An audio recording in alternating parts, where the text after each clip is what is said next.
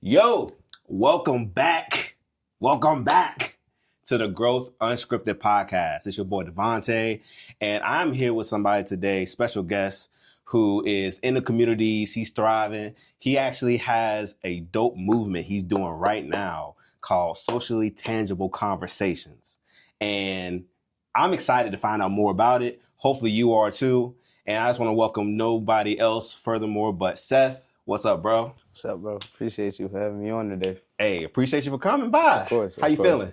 I'm feeling good, man. Feeling powerful. You feel what I'm Ooh, saying? feeling powerful. I Feeling love that. powerful. Yeah, definitely. I got that actually from when I went to Detroit.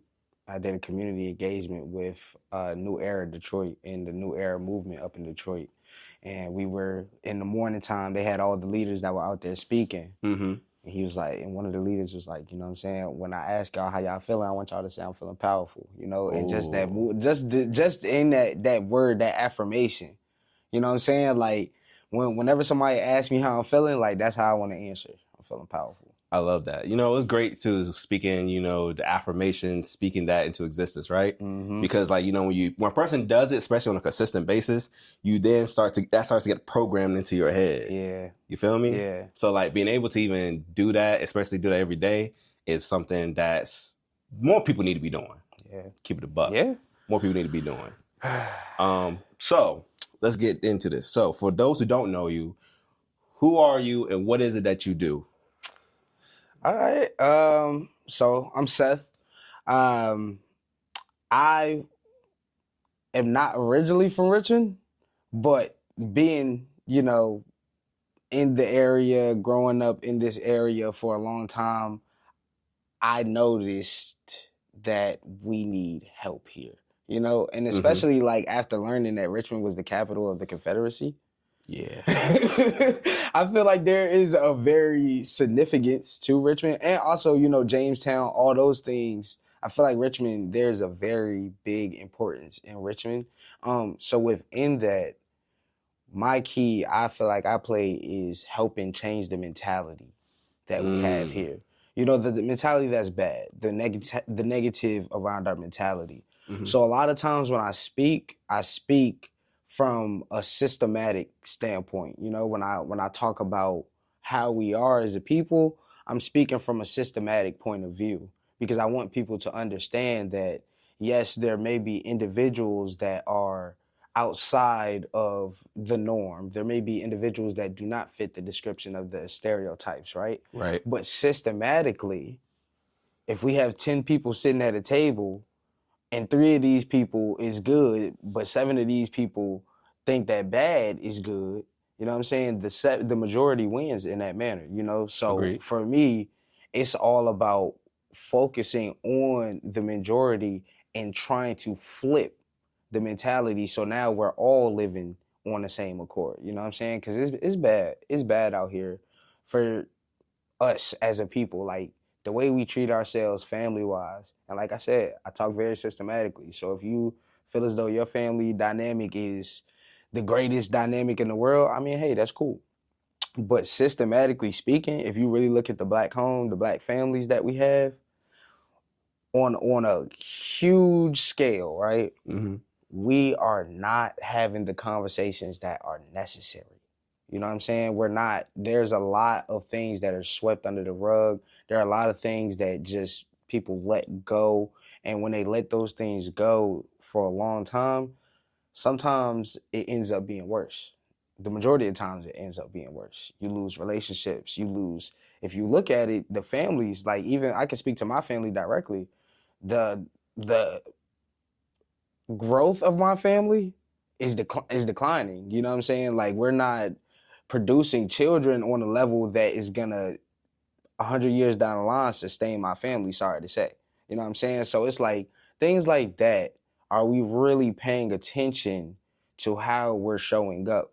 And through conversation, I feel like we start to realize a lot more that we're losing, the value that we're losing by not having these conversations. You know what I'm saying? So that's kind of why I created socially tangible conversations because it's about having those tough conversations. It's about having those real conversations, the genuine conversation. So for me, um, That's a way of healing, holistically healing. And us as a people, I feel as though that is very important for us to do, is to mend ourselves. And ain't nobody gonna do it for us. Can't nobody come down and sit at the table and mediate for us unless they look like us. Agreed. No, I actually want to. So since we're on the topic, I actually want to jump in on getting back to the black households, because I will say definitely that a lot of black households, they don't tend to like take the time to teach their kids the way they should be nowadays, because they let the school teach them and they expect them to get everything that they need from there, but the learning doesn't stop there. Learning still continues once you get home too, right?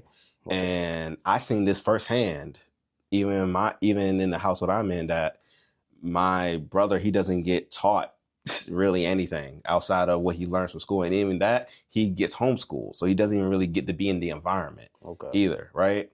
And some parents, like, I can understand, like, if you're stuck in a position to where you have to do something, like specifically to where your child can't go to school, right? Like, I'm not entirely against school. I am against, though, how they teach the kids, for sure. The systematic point of view, the way school is ran. In my mind, I feel as though a parent's main job is to raise their kids. You know what I'm saying? Like, your job ain't to work 9 to 5. Your job is to raise your kids. Your job is to provide and be a good example for your kids. That is your main job. So for me, I feel as though letting people teach your kid, especially because a child like me, I didn't really learn from a classroom environment. I learned from one-on-one mentorship. You know what I'm saying? Having people to go and have conversations with.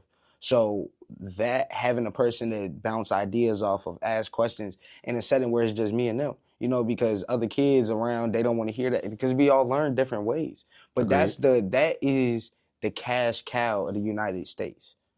Sorry to say. Well, I'm not sorry to say, actually. No, it's but true. That's the cash cow of the United States. Within the capitalistic society that we live in, you can't think about anything else other than the money. And it is killing us. People kill over $10. People will kill over a pair of shoes.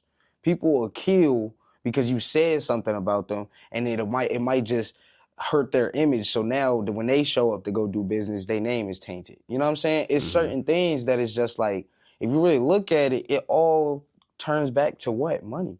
You know what I'm saying? So for me, when you take the parent out of the household because they're working a 9 to 5 job, and that's what they do with the majority of their day, and their child is in school, and then they might have to, and see, it's even more of a power trip because they understand that you're at work for 9 to 5, right? Right. And then school ends before you get out of work. So now you got to pay another entity to take care of your child for after school care, right?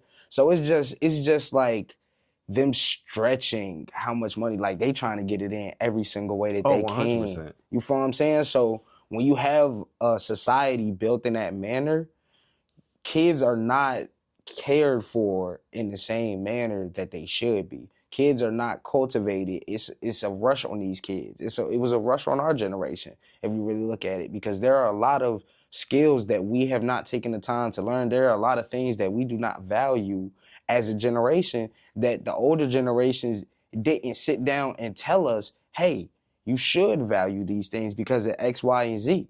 And I ain't gonna say that, because sometimes certain people within the generation don't listen. You know what I'm saying? Like they don't listen.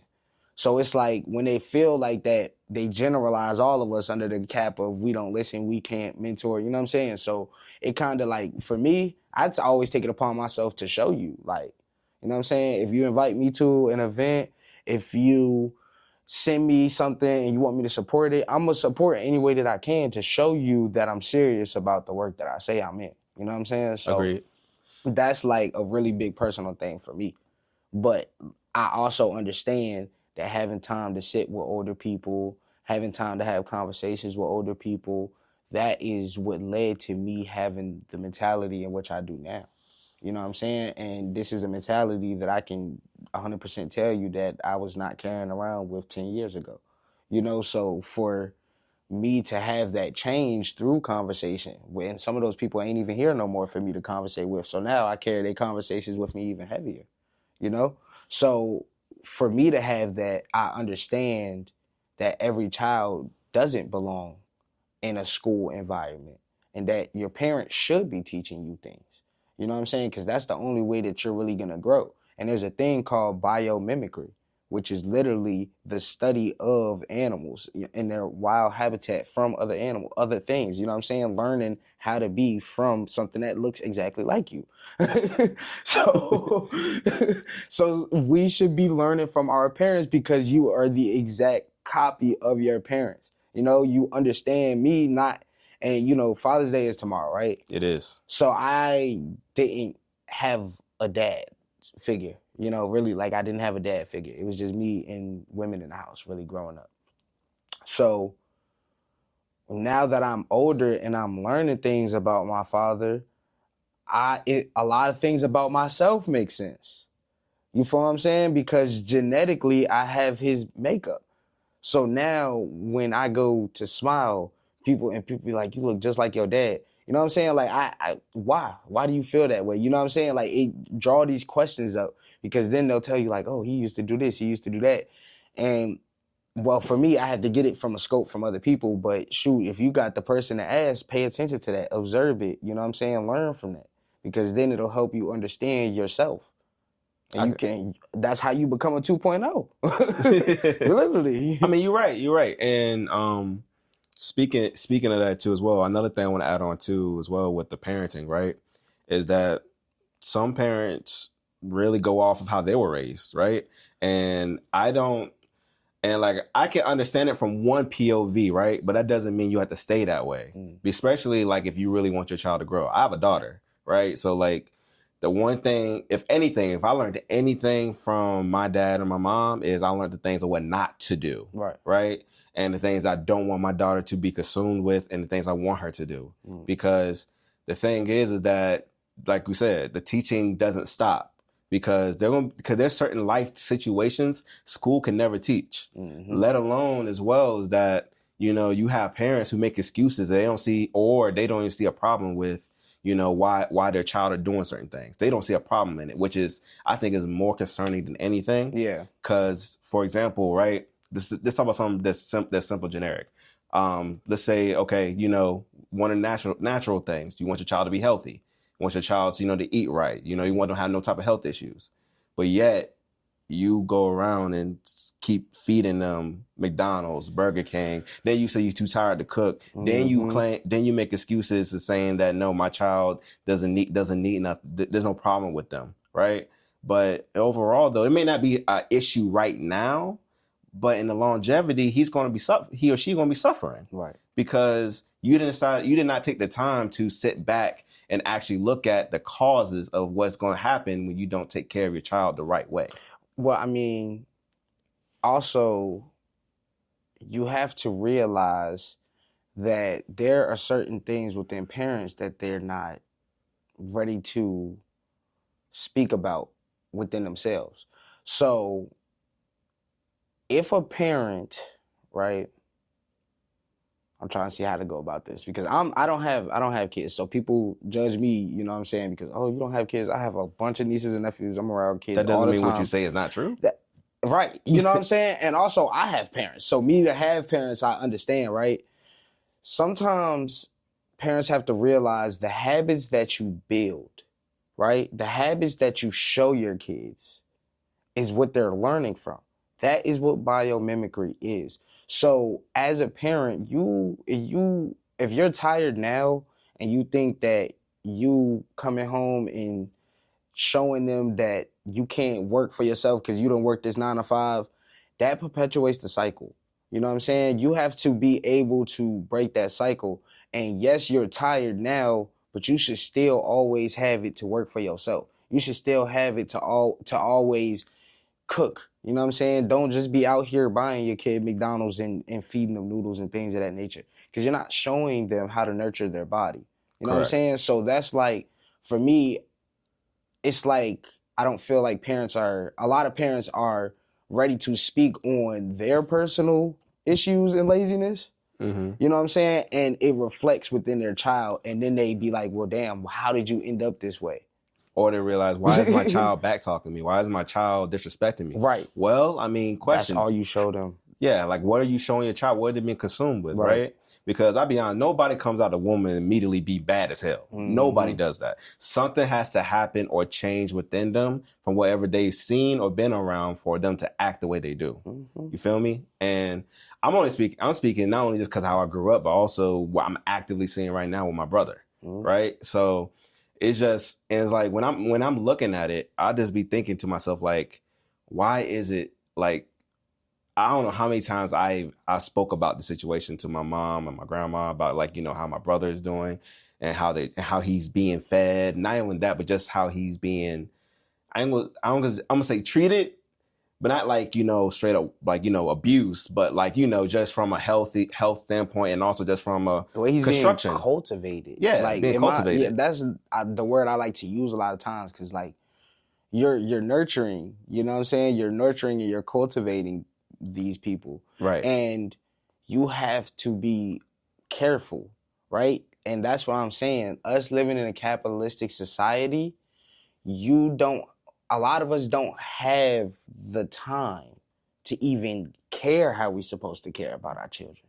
That's why you see these children with phone screens in their faces all the time. Because that's the convenience of it.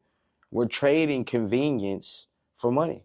You know what I'm saying? Like, yo, like, the more money you got, the more convenience you can buy.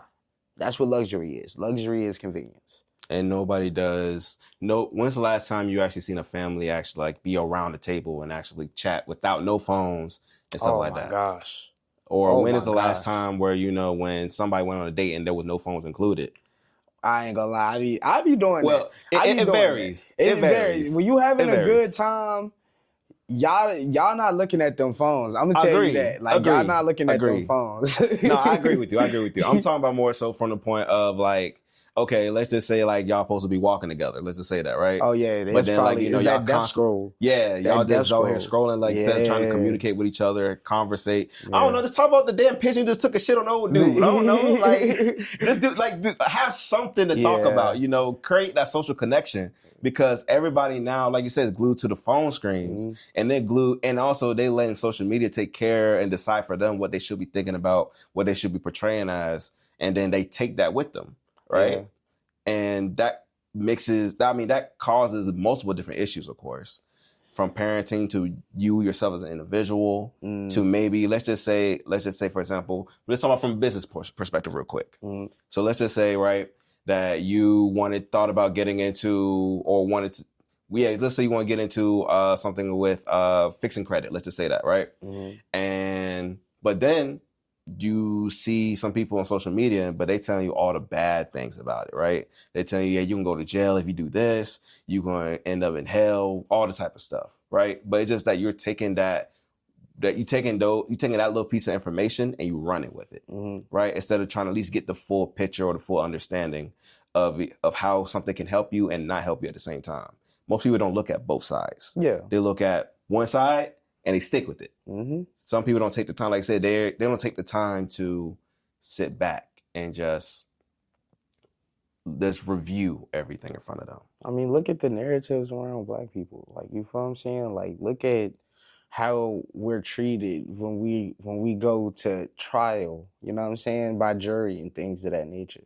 First of all, as a young Black man, when they say judged by a jury of your peers, I'm expecting to see people up there that look like me.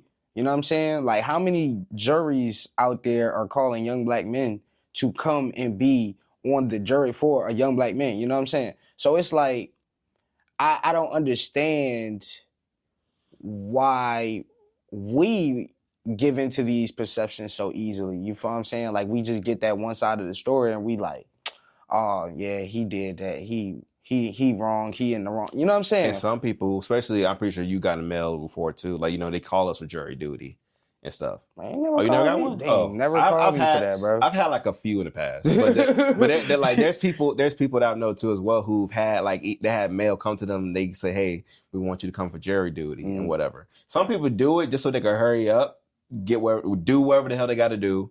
decide something real quick and then leave, right? I mean, but a 65-year-old white woman is not my peer. You feel what I'm saying? So it's Agreed. like, Absolutely. why is she being called to judge somebody that is my age that looks like me? You feel what I'm saying? Like, she can't understand nothing that this young man has went through.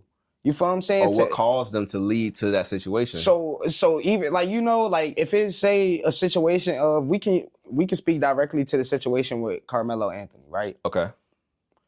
How the hell is a 50, 60-year-old white woman gonna understand why this young black man that was sitting down at the time that these two men approached him defended himself? How is she gonna understand that in any way, shape, or form? You know what I'm saying? He don't look nothing like her. All she hear all day is how we cooning in the news. How we robbing, stealing. And killing. You know what I'm saying? And then they post a picture of this young boy with a gun. Like these white boys don't be out here posting with hunting guns and shit like that all the damn time, right? So they go and post him with a picture of a gun. She like, that's all she needed to see. They're like, oh, he dangerous. That's all she needed to see, brother. After she seen that, it's over with. In their minds, the proof is in the pudding in that sense.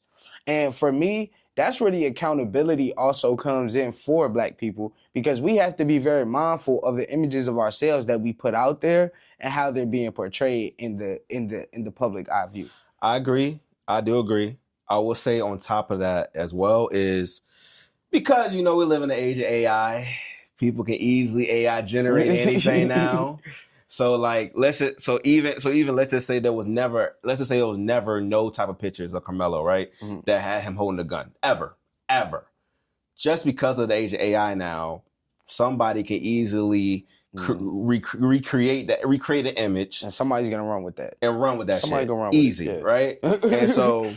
And so with that, I mean, we already knew anyway from media. Media never really has been something trustworthy to listen to, ever, right? Capitalistic society. Because we're ran, like I said, everything's going to keep going back to because we're ran in a capitalistic society, people are going to want to get the most money. They're going to try and go for the money grab, right? Because I just did a workshop at Culture Mix not too long ago. And when I did the workshop, I had asked the two panelists that I was interviewing, like, why do y'all think that negative media gets more attraction than positive media? And they were like, easy. Because everybody needs something to talk about. You know what I'm saying? People been consuming the negativity for so long that that's what they'll go to that first. Like let's just say for example, right now, right, while we're having this conversation, right, I promise you that if we were to just start fighting and then everything recorded, shit would get multi-million views. Yo, we would go viral. They'd be like, damn, they was just vibing. Yo, they just stood up and just started rapping. Right. Yo, they'll be like, damn, they got great. Like, that's wicked how the world works, bro. But that's literally because of money. You know what I'm saying? Like, that's a money thing. Think about it. There are people, not us, but there are people that would literally sit here and stage something of that nature because they understand how much money they can gain from that. You know what I'm saying? They will stand here and fight to the death on camera just because they understand, bro, we can make some money here. Right. I'll be honest, I be having a lot of conversations with myself, right? Mm-hmm. And I just be seeing shit. I just don't really, I say I don't react to it, but I don't show it, right? So I actually posted about this on my story yesterday with Young Miami when she made that new song about scamming at niggas and shit. And like it's just that it irritated me because of the amount of I put it this way, I don't give a fuck about the grown people. I care more so about the teenage boys and girls who hear it. And they're going to take that not only of course because from a spiritual standpoint it's a rhythm. So it's going to be a tone that they're going to remember and stick to, right? But since they're going to stick to it, they're going to consume that information, and they're going to believe that's how they're supposed to be. And then men are going to be like, oh, so we're scamming? I mean, I guess I'm supposed to be scamming people then. Supposed to be spending it too, you know? Because think about it, right? And just to in-depth in what STC is, right? Because STC is multiple things. That's why you'll see me say a lot of times STC, because socially tangible conversations is only one variation of STC. So there's other variations of STC that are coming, but I just haven't. I'm being very strategic at the times that I place them out there. So Okay. STC, the podcast, is one division of it, and under that, I just I just need us to understand that the mindset that we have in the mindset of the younger generation, Mm-hmm. they're watching us. You know what I'm saying? Biomimicry, like I keep saying. What we're showing them is what they're going to feed into. You know what I'm saying? So for me, that is another way to destroy the black dollar. You know what I'm saying? And what STC is here to be is the community connector, the community glue to put the black dollar back into the black community. That is very important for us. We need to stop outsourcing and start back insourcing. There are an influx of jobs that we can create that we already had, but when segregation ended, we stopped doing it for ourselves and started outsourcing for everything. You know what I'm saying? Because we were so tired and this, that, and the third. But like I keep telling people, you never gonna stop being tired if you don't build a habit of not being tired. You know what I'm saying? So it's like when you stay in that mode of I'm tired, when you're a parent and you know what I'm saying, you working at 9 to 5 and you come home and you just laying in the bed after you come home for hours on end, and that's your life. That's your cycle of life. Now your life has passed you by and all you could do was be tired. You feel what I'm saying? When are you gonna stop being tired? So that's for me what I do. Like I wake up at 5:30, you know what I'm saying? Like on a regular basis. I wake up at 5:30 in the morning to get my day started because I understand I have only but so many hours. And I need to be able to fit however much I can into this time period. I don't want to have free time for real. You know what I'm saying? I'm not looking to have that because I understand how valuable this time is that I have. And there are so many people, so many conversations that I've had with people. And in the mid conversation, they'll just be like, you know, you're never going to see that in your lifetime. And I agree with them. I'd be like, yeah, I know. Because in my mind, they're small minded in that aspect, right? Mm-hmm. For me, I just overstand that what I will see in my lifetime is enough for me. You know what I'm saying? When God has something for you, he shows it in a manner of it might not come what you want it to look like. You know what I'm saying? It's going to come how it is. And you got to just accept it and look at it for what it is.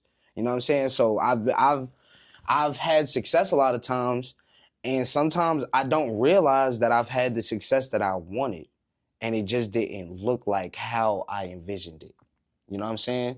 So for people who don't realize that you're already successful, we already had these things built. People tell us that we can't be independent. We've already been independent. We built this country. So for me, it's like, all right, cool. You know what I'm saying? Just because you have that mindset right now and here, all right, cool. But I just want you to know, for me, what I'm looking to achieve is going to be achieved in my lifetime. Yeah. It's Ain't no small. doubt about it. It's small. I mean, you can't help small-minded people. You I can. mean, you Well, can't.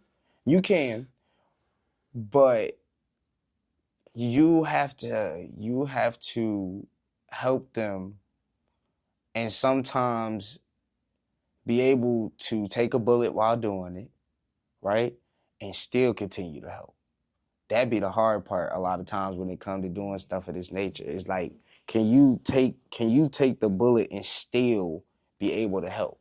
Can you not be tainted because people do you bad? Can you not be tainted and carry it and be bitter?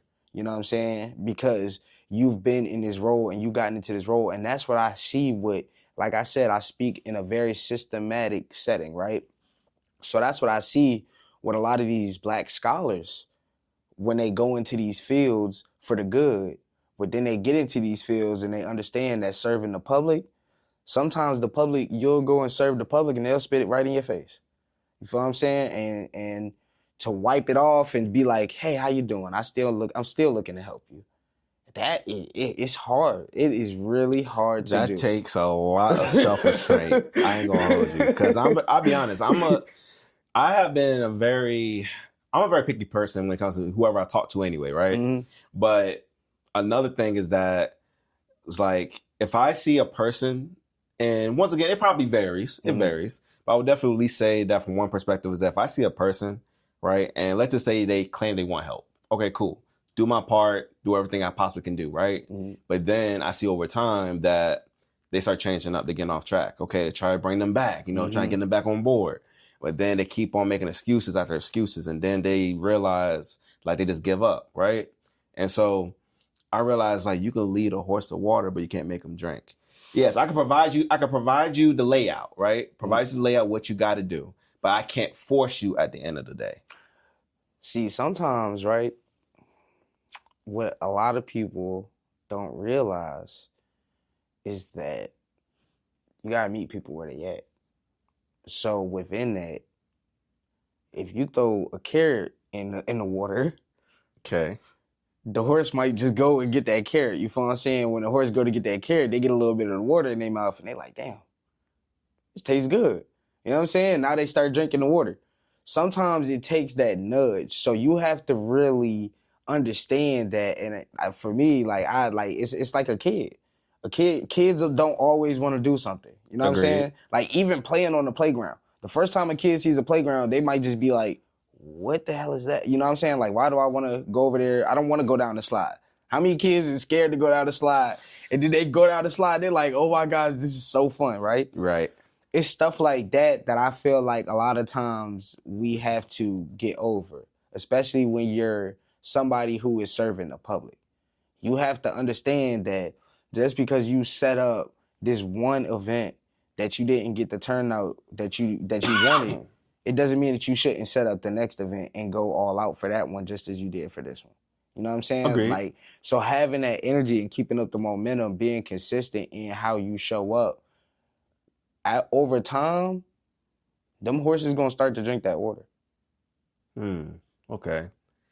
You provided excellent insight. I'm gonna take hold of that. So I want to get into one of the questions I got here for you. Mm-hmm. Dang, we didn't even get into none of the questions. It's fine. It's fine. That's it. Go with the flow. Yo, that's crazy. Like, yo, the conversation just be flowing because like we didn't even get into and I told you anyway, like not all the questions is going to be used anyway. Like honestly, one question might end up leading to a whole nother conversation. Yeah. So, and I'm fine with that. Right. I'm cool with that. So, for the black men listening, right, who are rebuilding financially or starting over, what did starting from zero teach you?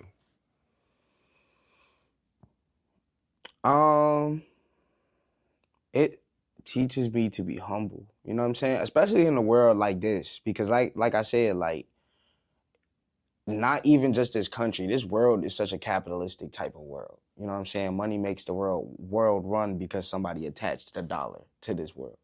So within that, when we talk about starting from zero, are we talking about $0 or are we talking about not having nothing? Because I don't ever feel like I have not had nothing.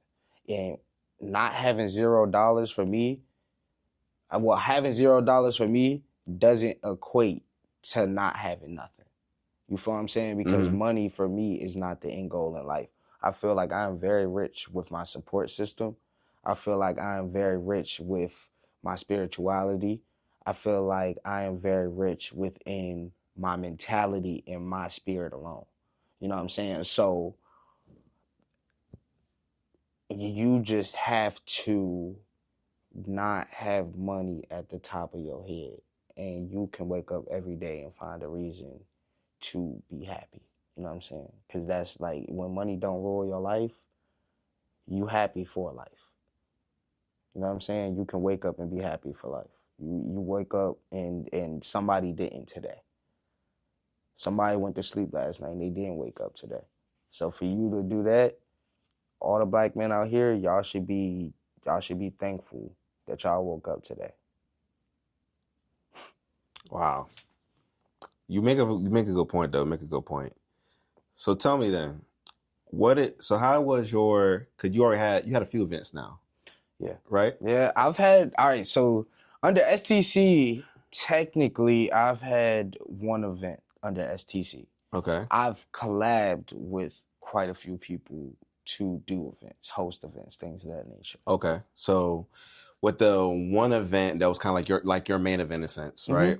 How did that go, and what was going through your head through your first event? Well, I will say STC, the idea of STC has been in the works for about a year, but this year is really the first year that I'm full-fledged Into it. into it. Okay. You feel what I'm saying? So like I just started dropping because STC the podcast just started dropping content in I want to say like February, you know? So that was a thing for me, and then branching out and building up the other branches so that they can show in the light as well. Those are all going to be very important for me, so to speak. So with the STC, the first event, that was a community engagement cookout. You know what I'm saying? Where I just wanted the community to come out, socialize. All of my events are gonna be socializing events. You know, I'm gonna, even if it's like a talent show or something like that. Ooh, that would be cool. So that's the next event that I ran. So after I did STC the cookout, that was my first official event. But then I went on and hosted Take the Stage, which was ran by uh the Hickory Hill Community Center and the Trauma Healing Response Network. So those were the partners that put together Take the Stage, and I operated that, in which it gave a space for young people to come out and perform whatever they wanted to perform. You know what I'm saying? So it was like karaoke, but it wasn't just singing. You could dance, you could do spoken words, you could do poetry, however So it you makes felt. variety. Comedy, whatever you felt like doing. And we like the way that young people showed up, and that we were just there for each other. Like it was a great event. So I'll be doing more Take the Stage events coming soon. Probably starting back in like September, because they got summer programs going on at the community center. Okay. And that Hickory Hill Community Center, I will say, one of the cheapest community centers around. For their summer program, $75 for the summer. And the kids get they get lunch, they get all of the trips, all of that is included. $75 the summer. You know what I'm saying? So Wow. they got the cheapest summer program in RVA right now. And they have free programs running pretty much every day there, but the parents don't bring the kids out because, like I said, that laziness, those habits of I'm tired. You know what I'm saying? If you, how old is your daughter? 6. She's 6. Is she playing sports or anything of that nature? Not yet, but she's gonna get into soccer. Right. So when you start taking her to and from soccer practice, right? That's something that you have to build a habit around. The first week you might be like, damn, I do not want to do this.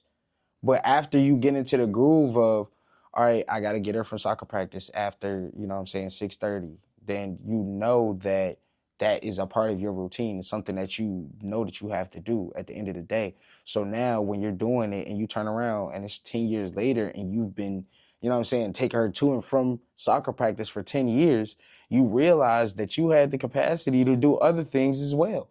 You know what I'm saying? So like it's really about the mentality of ourselves and the laziness that we just have to be real with ourselves and be like, dang, I gotta kill that. I believe it's that, and also what I've learned as of late too, especially from my mentor, Coach T. Shout out to her. Okay, shout out to Coach T. Yeah. She had taught me that that people need to learn how to allocate their time, right?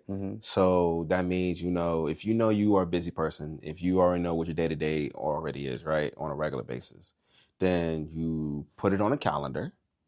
You put the time blocks on there so that way you can visually see it, right?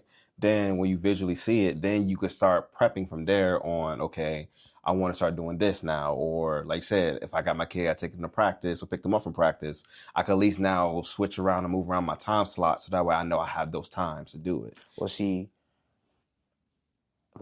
like I said, I'm gonna keep drawing this conclusion because there's gonna be people sitting here like, well, like people always try and debate me on the stuff that I be saying, but like I say, I speak Everybody in a gonna have something very, to say. of course, but I speak in a very systematic setting. So systematically, right? Right.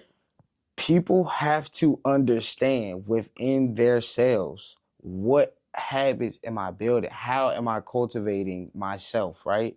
So if you are the type of parent that just isn't isn't trying to do any of that, you will make 1,000 excuses and say that they are not excuses.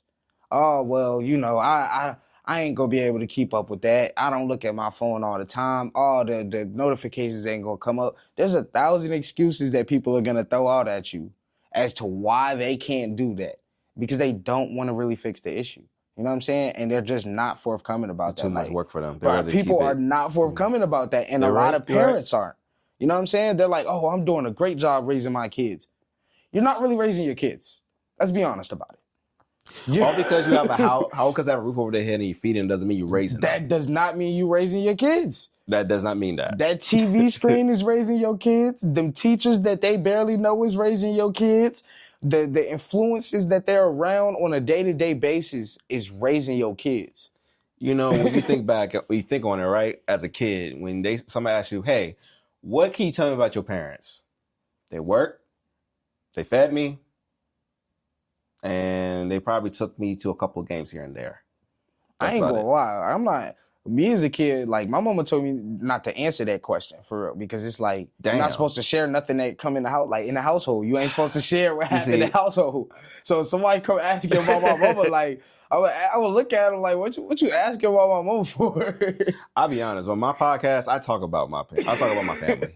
And, like of course, I'm not saying, like dog shit, nothing like that. But you're speaking to your experience. Yeah, I'm speaking of my experience. But then I get in trouble for speaking about my experience, like as if the whole world is not supposed to know. Well, I mean, hey, I'm just telling you how I was raised. This is the reality of the situation. What I've seen. These are the realities of the situation. If you didn't want me to go and talk about it, you shouldn't have did it. But like you said, speaking from a systematic place, they're going to make every excuse in the book and then claim that there's something that's not every time. And it's going to be, and what makes it crazy is that I had to learn this over time, because I spent so much time stressing about all the things that my family has done, especially as well for the things they should have been doing for my brother, that it was really stressing the hell out of me on the inside, right? And like I knew that I can't control it, because at the end of the day, he's my brother. He's not my son or nothing like that, right? So I can only help from a distance. Yeah. So the only thing I could really do, to be honest, is yes, I could tell him a couple of things, but at the end of the day, it's repetition, right?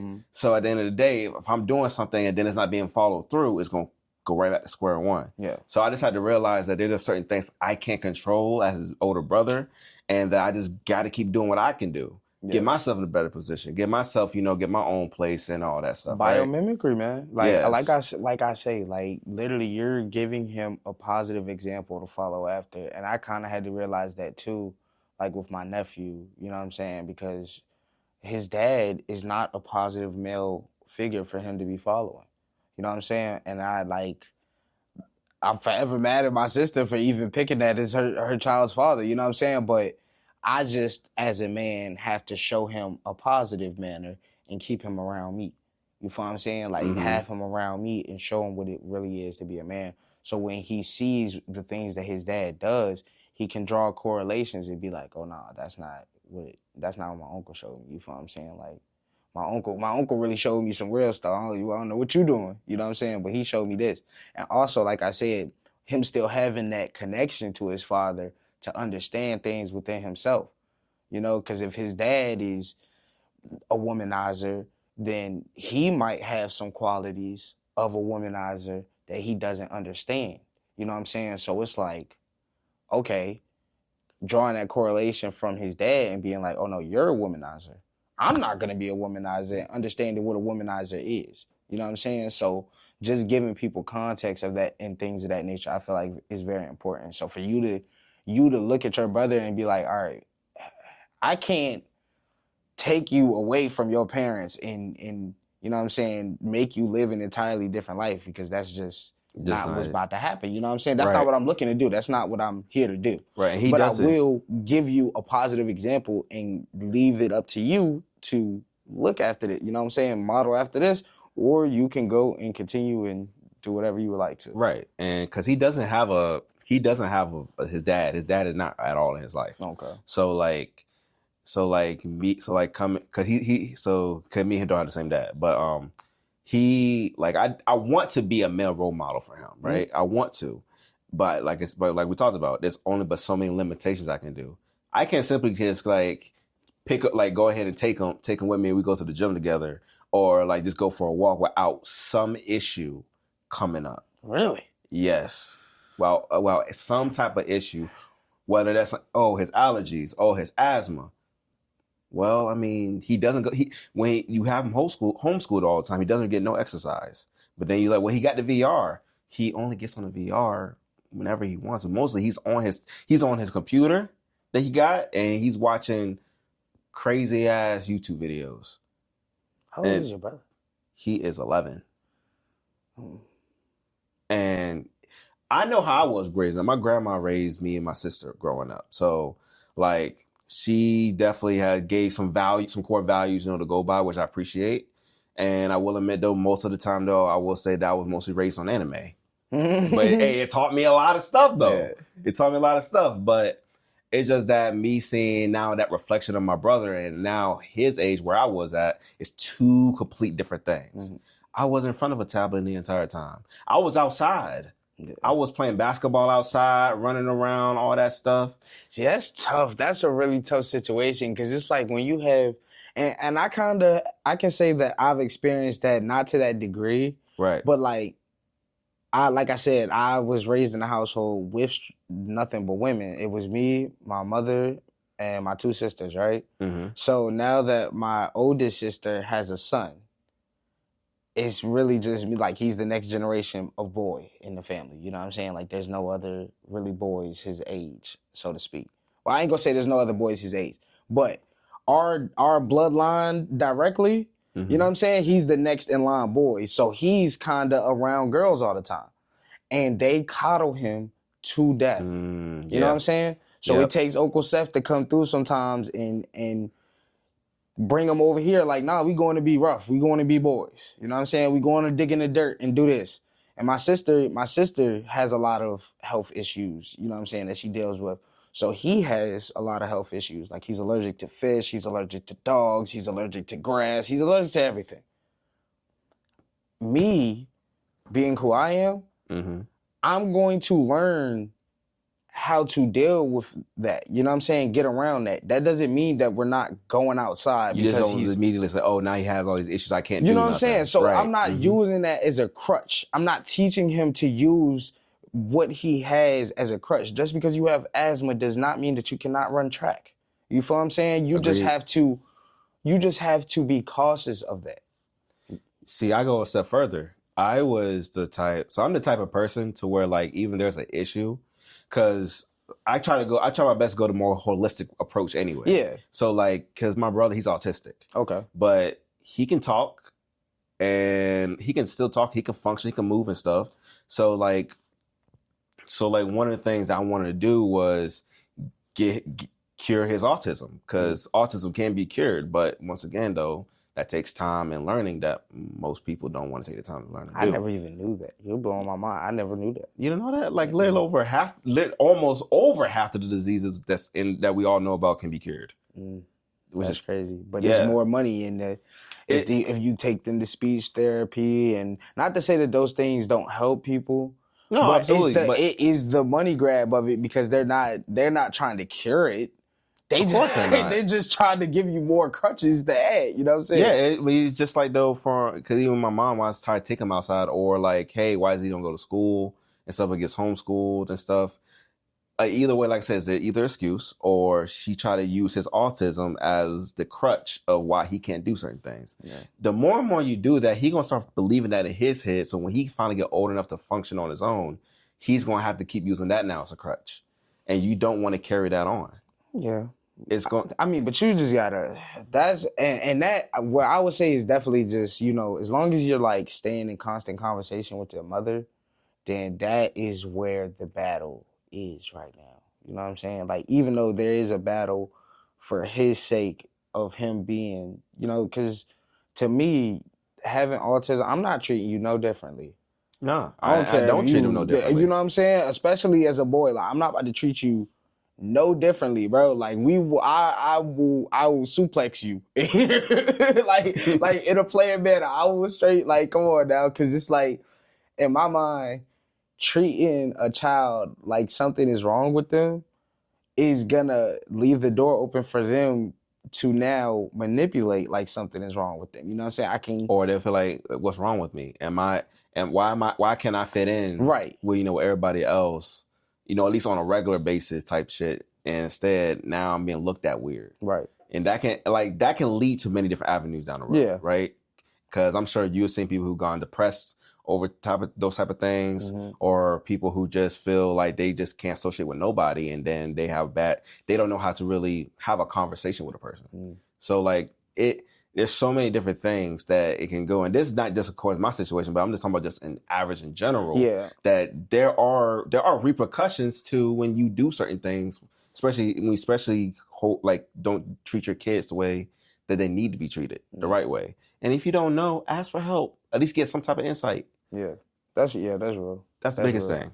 That's real. But you're for your family, you're that help. You know what I'm saying? Like being in conversation with your mother and being a positive role model to your brother, like you're the help for your family. Yeah, 'cause I do want to be a positive role model, especially a male role model that he needs hmm in his life. But like I said, that one of the first steps, so is getting myself right. Yeah, yeah. So Building a that's kingdom, what I'm man. doing. It takes a king to build a kingdom. It does, and sometimes it's lonely at the top. Yeah, it is. Yes, it is. At least until you find your court. I guess Yeah, that's the right term, yeah, right? yeah, yeah. Okay, so here's another topic we can jump on. Okay. What's broken about how black men show up for each other right now, and what have you seen work? Oh. What's broken about black men showing up for each other right now? Mm-hmm. The conversations, like the conversations that are not being had. I can speak to a situation directly in which I feel like if people around had the de-escalation skills to diffuse a feud between my brother and somebody that he he had children with a woman. Okay. And this dude that ended up killing my brother had children with this woman as well. You feel what I'm saying? So dude was locked up. He came home. He won't even home a year yet. And you know what I'm saying? He ended up killing my brother. And for me, there's people in the circle that knew what was brewing. You know what I'm saying? But they didn't try to help the situation. And when he passed, it was just kind of like, well, it was bound to happen. You know what I'm saying? What was I supposed to do? How can I? Oh my And it's like, gosh. we don't understand de-escalation. And I also think that our structure has been so fractured that we have older men telling younger men, as soon as they see a 13-year-old, 14-year-old with a gun, oh, he grown. You know what I'm saying? That boy ain't grown. That boy ain't grown. And there's No. not many men that'll take that gun from that boy and give him a positive example to look after. You know what I'm saying? Somebody who I know has done something of that nature is one of Uncle T. You know what I'm saying? Up in Baltimore. He literally has done that. And for him to do that, I feel as though is a perfect de-escalation tactic. You don't have to bash this boy for who he is. You know what I'm saying? But show him, demand that this ain't the path that we going down. You know what I'm saying? Boys need discipline. So for me, it's all about having those tough conversations, not just jacking them up and beating them up and thinking that that's a positive solution. You know what I'm saying? It's about like, no, what is discipline to this boy? You know what I'm saying? Making him sit in push-up position while you sitting there teaching him lessons and things of that nature. Those are things that I feel as though positively build up a boy. You know what I'm saying? And not having those conversations is how we often lose ourselves, not coming to the table and be able to talk to somebody. And the emotional intelligence that we as black men systematically have is terrible. I worked as a recruiter for 4 years, so I can say, like, interviewing people, we the worst.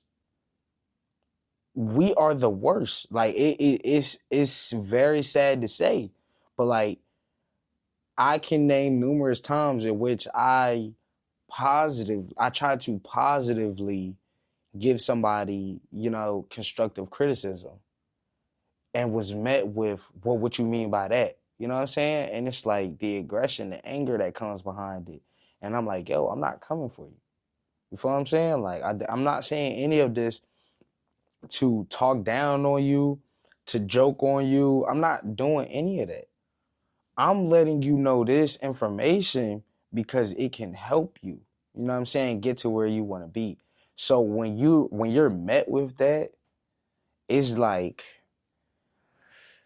it'll humble you. It'll humble you, and also, like I was saying earlier about putting the carrot in the water so that the horse can drink. You know what I'm saying? You got to come with some language that people will understand. You got to come with the mindset of acknowledging a hustler for a hustler. You know what I'm saying? So that they understand, like, yo, I see you for who you is. You know what I'm saying? Let me give you a little bit of game on a positive manner. That's a lot of times where I see men respect it and be like, okay. You know what I'm saying? You done went through something. And that's what I mean, being judged by your peers. If you don't know nothing that I went through, how can you judge anything about me? And that's how we feel about ourselves and each other. But if you really look around and black men get in conversation and start talking more, we'll realize how much alike we are. You know what I'm saying? So when it's talk about some, yo, you don't know what I've been through, tell this shit to the other people. You know what I'm saying? To the other race, to the other ethnicities and things of that nature. Don't tell that to the ones that look like you. You know what I'm saying? Like, just because somebody has a different outlook on life, like myself, I have a different outlook on life. I have been raised in plenty of different locations. You know, I got perspectives from plenty of different areas. So to me, I don't consider myself to be no hood dude, no street dude. I consider myself to be who I am, which is me as a person. Seth. You know what I'm saying? That's who I am. Like, so I feel as though we have to stay in constant conversation with each other, man. And we just have to have discipline. We have to have tough conversations. Stop telling these boys that they grown. I tell these boys that they're not grown. I never forget, like, even hearing my friends when we was like in our like 20 years old, and we all around each other, and they like, yeah, I'm a grown man. I'm a grown man. In my head, I ain't even really want to argue with them. So I ain't ready to sit here and be like, y'all ain't no grown man for real. But I knew consciously I wasn't a grown man and that those wasn't grown men. You feel what I'm saying? This is not what a grown man, bro. At 19, bro, we not grown men, bro. You feel what I'm saying? Like we're still developing. We're still developing, brother. You feel what I'm saying? So it's like, bro, for you to just because you got all this money and the scamming made it 1,000 times worse. Because now when you give a young brother some money, he really feel like he grown. If only they knew. Bruh. If only they knew. It doesn't revolve money. Like, money does not revolve or change your life. I will say this: money will definitely expose you who you really are. I will say that it will definitely expose you who you really are. But at the end of the day, it don't matter if you don't know how to make that money multiply for you anyway. So yeah, you might have 10K, you might have 50K or whatever. It don't matter how much you got. What matters is how much can you keep, how much can you leverage, how much can you multiply that for not only yourself but your future, your legacies. Well, see, that is in which like I'm gonna keep drawing this conclusion. That's why STC is important. That's why STC is valuable, because we are trying to combat that mindset. You know what I'm saying? That mindset of, yo, let me go out here and spend all my money on these Jordans and new chains and this, that, and the third. Nah, bro. Invest that joint into some property. Invest that joint into a business. Keep the business in your family. Build generational wealth.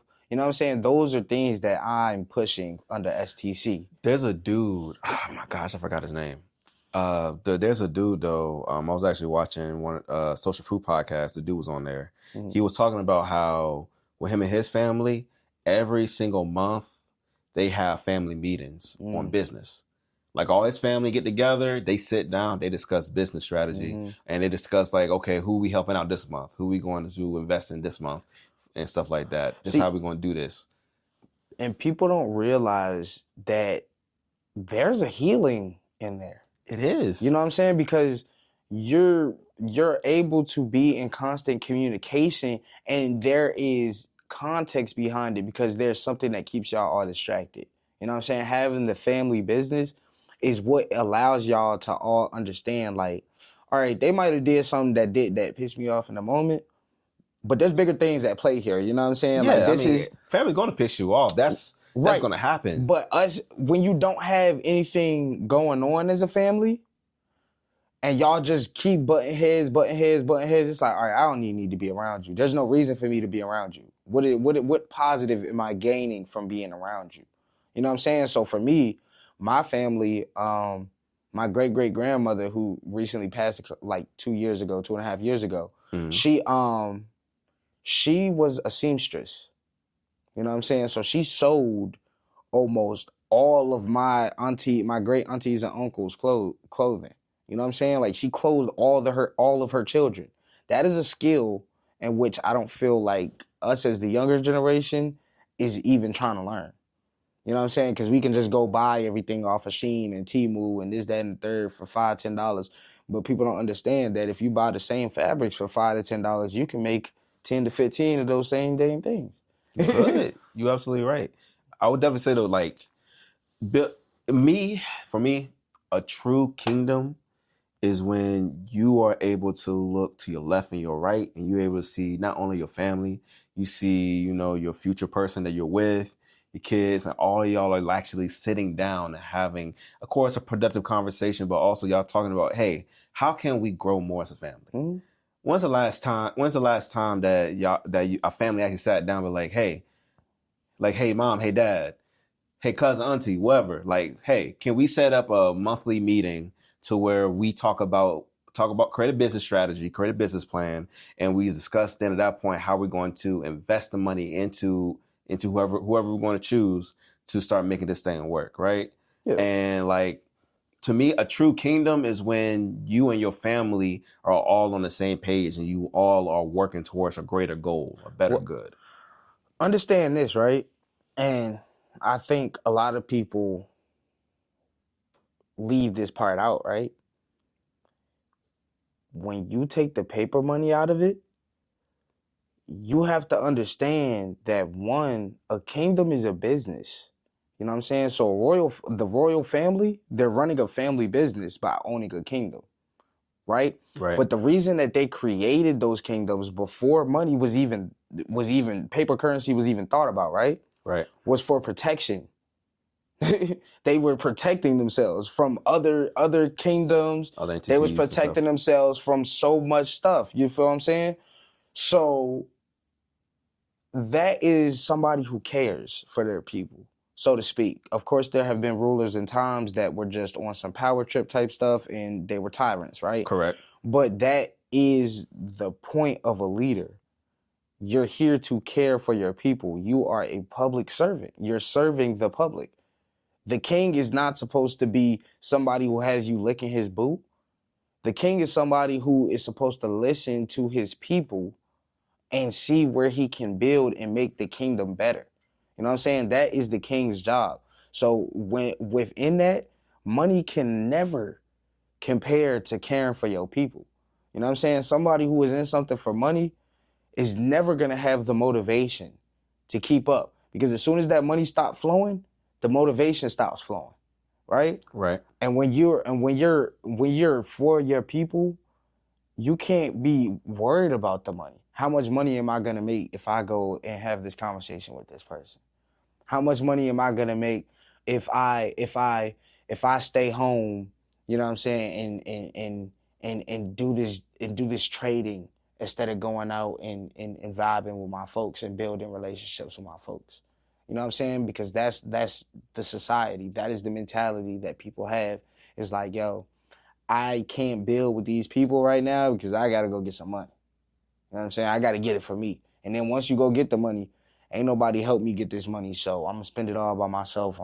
That's why we grow up. It's a never-ending cycle. Bro, a lot of older black ladies I've seen don't really have friends. Systematically, a lot of older black ladies don't have that many friends. Older black men, we be dying. We don't even get to that level really for real. So if you do see a group of older black men, shoot, that is something that's good. That means that they all kept in good relationships with each other. And just look at that. Just look at that. They're them being around each other. You know what I'm saying? How does that do for them? The conversations that they had, you don't know. You know what I'm saying? You never know. I always tell my brother, like, yo, you need to stop drinking Dr. Pepper and come to the gym, bro. Like for real. I be so serious, bro. Cause I be telling him, like, bro, you don't understand, bro. It might not feel like it's affecting you right now, but 10 to 15 years down the line, it's gonna be affecting you crazily. It's gonna hit you out of nowhere. You know what I'm saying? That's gonna hurt me because it's like I want you here, bro. Like, you know what I'm saying? Like I want to be able to go and explore in our 40s and 50s. I don't want to feel like I'm 80 years old at 40 and 50 because they had to amputate my leg because I couldn't stop eating sugar. You feel what I'm saying? Like stuff like that is just like we need to hold each other accountable. You know what I'm saying? We need to go to the doctor more. I need to go to the doctor more. That's an accountability thing for me. But it's trying to navigate going to a black doctor. I want to go to somebody who look like me. You know what I'm saying? I want to go and then not somebody who won't bust you in the head because that's the capitalistic society that's built up. You should look into apothecary. You know what apothecary is? No, but after this, we definitely gonna get into that. You know what I'm saying? Because it's stuff like that that's like, all right, that's an avenue that if I learn, now we can have other people learning. Those are businesses that we need to buy us for us. You know what I'm saying? Something that started by us. Yeah, that's where we need to be. But the comfortability lies in these corporations because that is what we're used to. You know what I'm saying? For centuries. They built these up for centuries. I mean, at the end of the day, it's the Western mindset, right? Yeah. So, like, and I mean, this is a whole nother conversation. I ain't gonna go hella deep into this part, but you're technically is already owned by the government by the time you're born. Oh, of course. Because of the birth certificate. Once again, that's another conversation. I'm gonna find somebody to talk about that one. I promise. But anyways, I mean, I know about the government. The American government is the American agency in my mind. Like literally, when you buy car insurance, you shopping around for car insurance. You being born in the United States is like you choosing your car insurance. Whatever country you're born in, you're choosing your car insurance. Yeah, that is your insurer. And they make way more money off of you while you're dead than you are alive. But they're making money off of you the whole time. You're the cash absolutely. cow. It's just like, shit, he just died. Shit, we about to 10x this shit. It's crazy though because all the different intricate things that they place. Now, overall, I'll respect it. It's a dope ass business model they fucking did. I mean, they finessed the fuck out of everybody. But that's like, just look how deep rooted money is, because even within that, like, I'm pretty sure when you say like they're gaining money from you when you die, they make more money off you dead. You probably about to hit me with something that I don't even know, but my mind immediately goes to funeral homes and how much it costs to even get buried. You know what I'm saying? And then once you go, that's just one part. You feel what I'm saying? But yeah, so it's like, yo, like, and then once you're sitting there in these funerals, right? The preacher, the pastor, the majority of the times, like I said, very systematic. They'll start talking about how you need to live your life and you need to come towards God and lean upon God. I'm not gonna lie.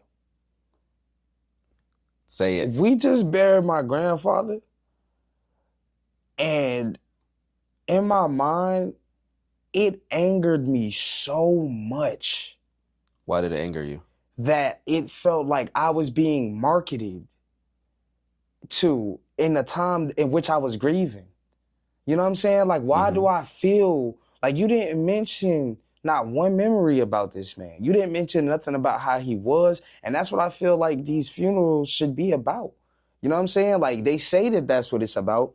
But even the funerals that I've gone to for my friends, you know, they always want to point the finger towards the young man and y'all need to live y'all lives like this and this, that, and the third. They use them as a prop more so than honor. And it's like, as soon as we come in, now here come, you want dues, you want this, you want that. You just want the attendance for your church to go up. And now that the church is filled up with 300, 400, however many people that love this one person, you're going to use the ears of these people and the grief of these people to try and pull them towards the money grab. In my mind, that the church is attached to money. Like, it's a $6.8 billion a year industry, if I'm not mistaken.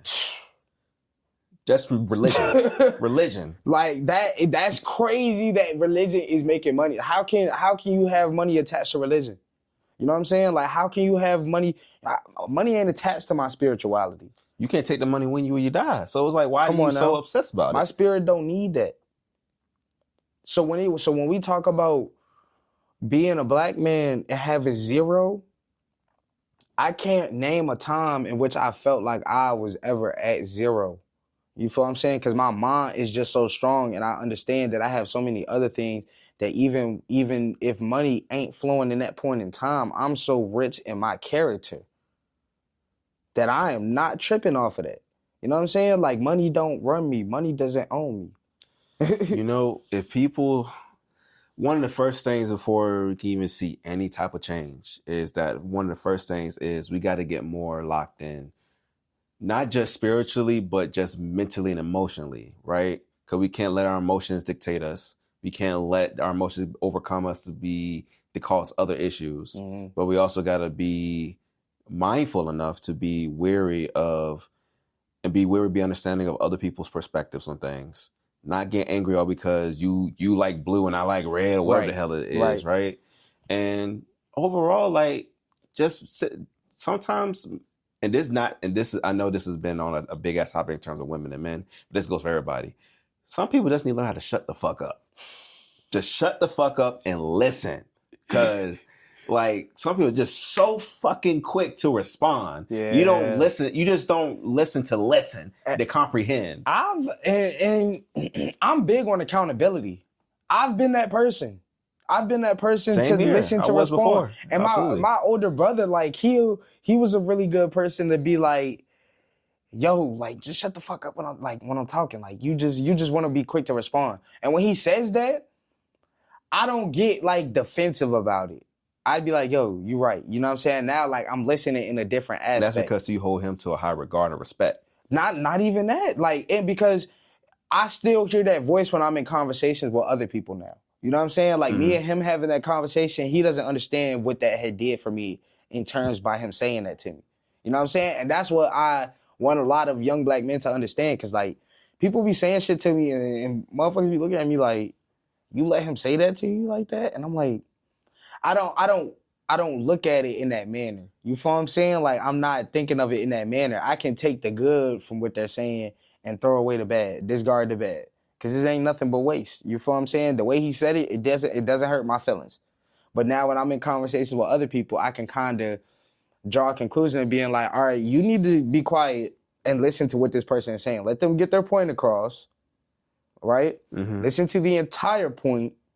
Don't just pinpoint and attack one specific thing that they're saying. Listen to the entire spectrum, because I hate when people do that to me. And that's how people like, there are so many things that I'm noticing, and I'm not a doctor. I am not a psychiatrist. I am just a very observant person, man. But if you notice, right, when I start having tough conversations with people, yo, they start getting the phone out. They start death scrolling.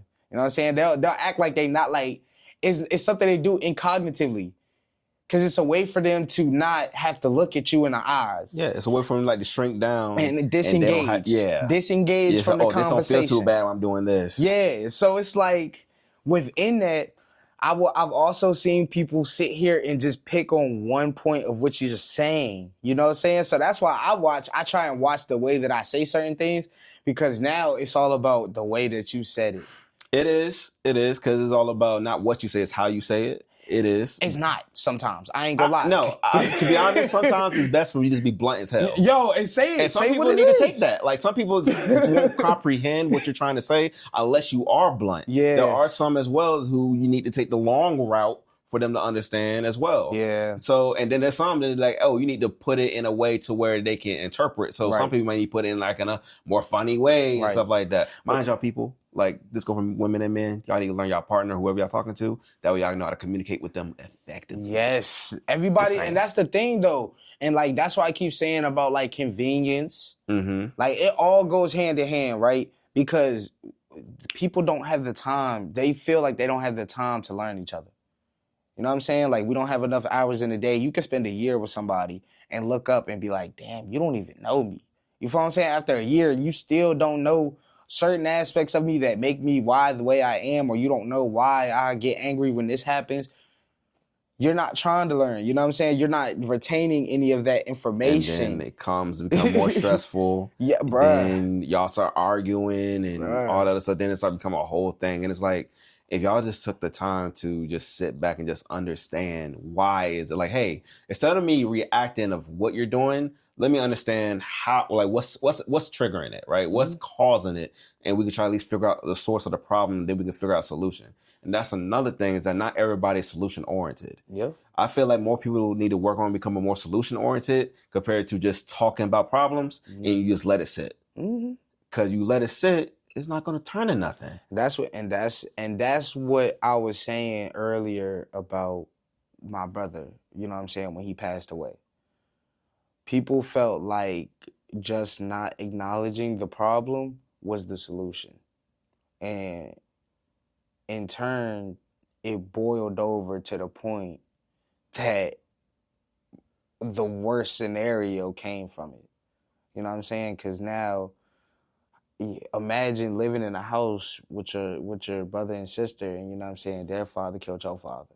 You know what I'm saying? Like, think about the kids in this situation. That when you said it the first time, I was already thinking in my head that it's a lot of spiritual turmoil and resentment that's going to happen, if not already happening. And it's going to, it may not, whoever that person who's thinking it may not, of course, react right away, but there may be a point of time to where that person may need help, or they may need to help the other person. Then they can, that point in time, they can probably pick and choose or whether they want to or not because of the situation that happened. Once again, though, that doesn't mean, all because that happened, right? That doesn't mean either that you should be getting angry at the other person because they had nothing to do with it, right? Like, it's not like they did it themselves, but at the same time, but that's one thing that a lot of people do, though. They take their anger out on the ones who didn't do certain shit because it makes them feel good, or they feel like they don't have no other outlet. I mean, but to let it out. Be honest though, and not to say because I know like my brother, his mother, like she is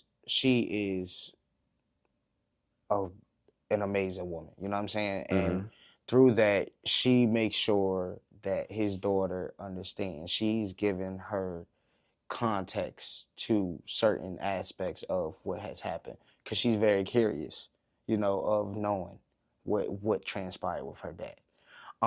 So I say that to say, who in the family is really going to facilitate that conversation between those children? Honestly, nobody. You feel what I'm saying? Who in a black family looks at a situation like that and sits the black children down and is like, this is a tough conversation we all gonna have to have, right? And another great thing that I took from my older brother was that, because my older brother has a daughter, and he told me, he was like, I'm tough on my daughter. You know what I'm saying? And sometimes she cries, sometimes she is upset, sometimes she, you know, she has emotions, right? But he's like, I'm always real with her, because if I'm not real with my child from the moment they're born, when am I supposed to start being real with my child? Agreed. You know what I'm saying? So it's like, in knowing that, even there is a time and place to have conversations of that nature, you know, but you always be very cautious of that with these children around each other. You know what I'm saying? You always be because it's such a sad, unfortunate situation. And unfortunately, to me, a lot of things lie on the men in the black community. And I feel like we're not taking accountability and responsibility for how a lot of this stuff is our fault because we are the man. We control the tempo. But we victimize. That's the thing. Most of us tend to play victim more so than try to be the person that could become the solution to the problem. Because like I said, like we're talking about a generation of men that were raised by women, systematically speaking. You know what I'm saying? We're talking about a generation of men that were raised by women. So because we were raised by women and the majority did not have a positive, or I ain't even gonna say the majority, but a lot of us did not have a positive male role model to look after, Mm-hmm. it leaves the door open for you to react in a manner that a woman would. I'm gonna just go ahead and say that. We're like I agree, but I also take it one step further. Also, as well, because I can speak for this because I was like this at one point in time. Mm-hmm. Because I've been living with my mom and my grandma, and then my sister was living with us too at one point too, when it was all of us all under the same roof. Mm-hmm. So all the women, it was just me at the time, and then my brother came in and stuff like that. But then still, it was just that me seeing the women, then seeing how they act. It made me believe for a while that, so is this how all women act? Like they try to finesse a nigga. They try to they say niggas ain't shit. They try to say I just did that or whatever just so I can get some money out of them. That was it. Mm. And it's but see now as a man, you're thinking that these things are okay. You feel what I'm saying? Because this is what you're being shown, even if it's involuntary.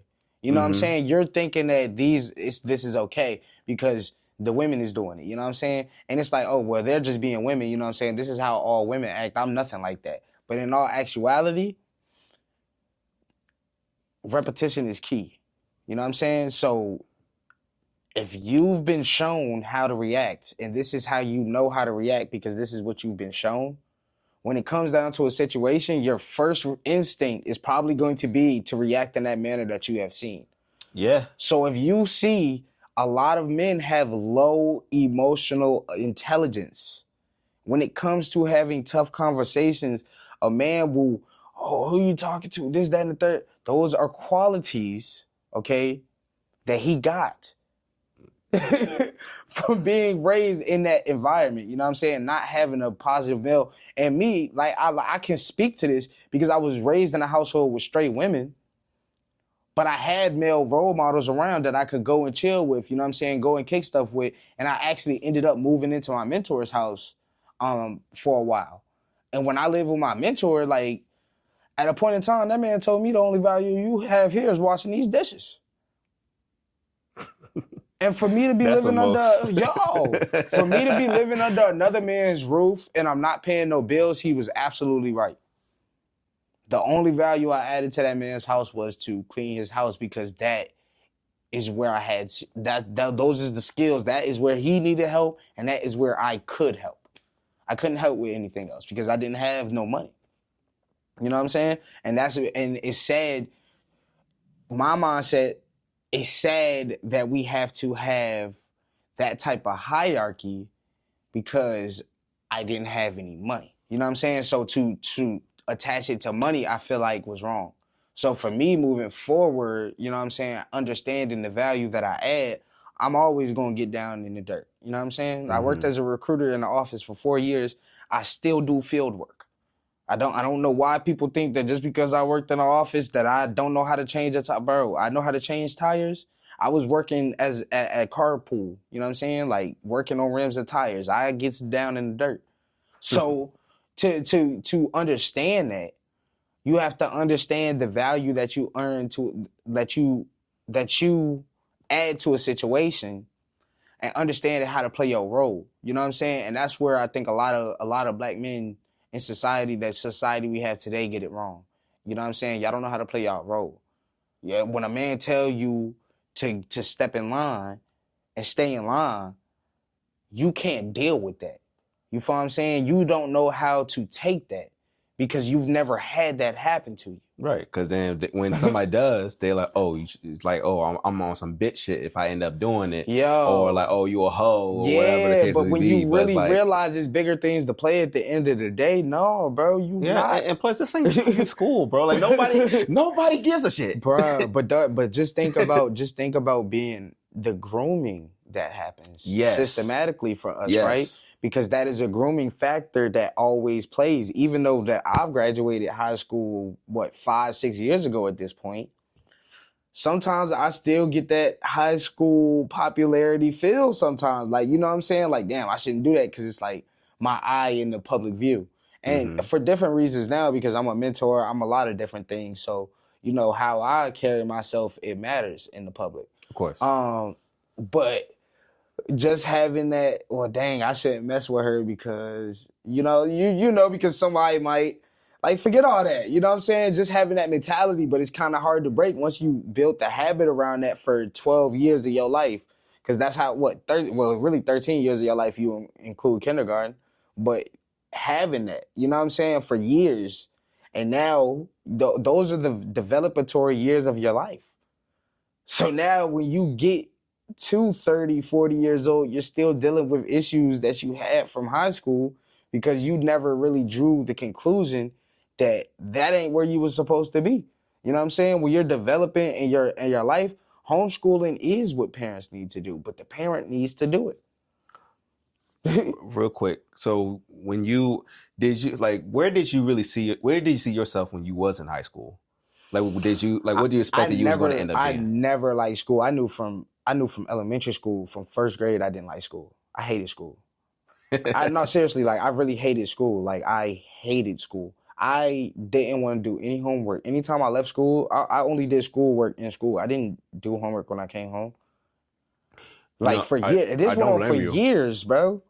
Like my grade average was a C because I would pass the test, I would pass the classwork, I would do the projects and everything like that. That as long as they're in school. Right.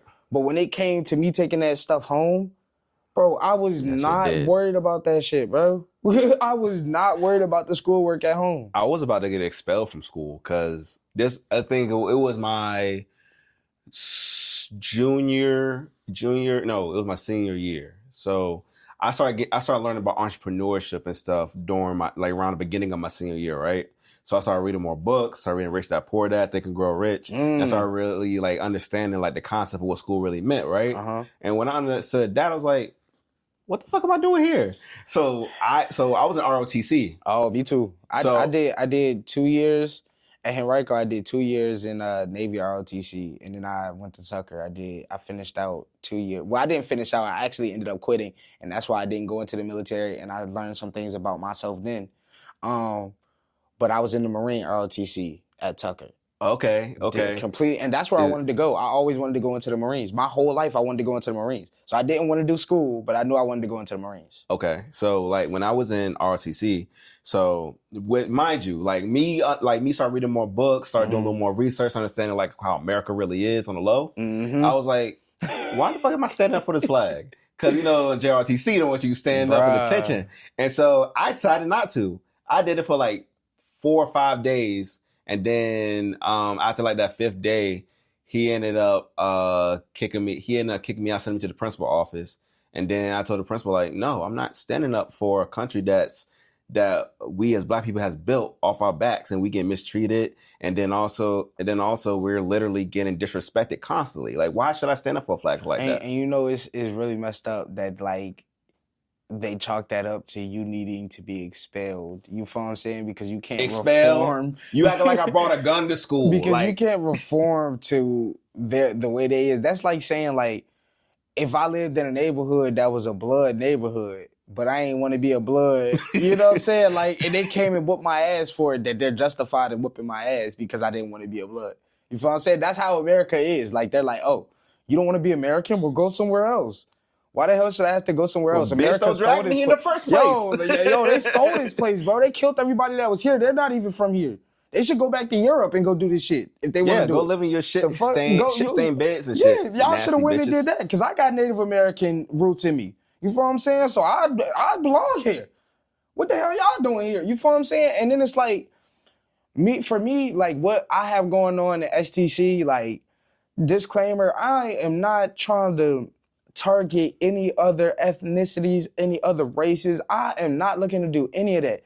In my mind, I want us as Black people to get back to minding our business for us, by us.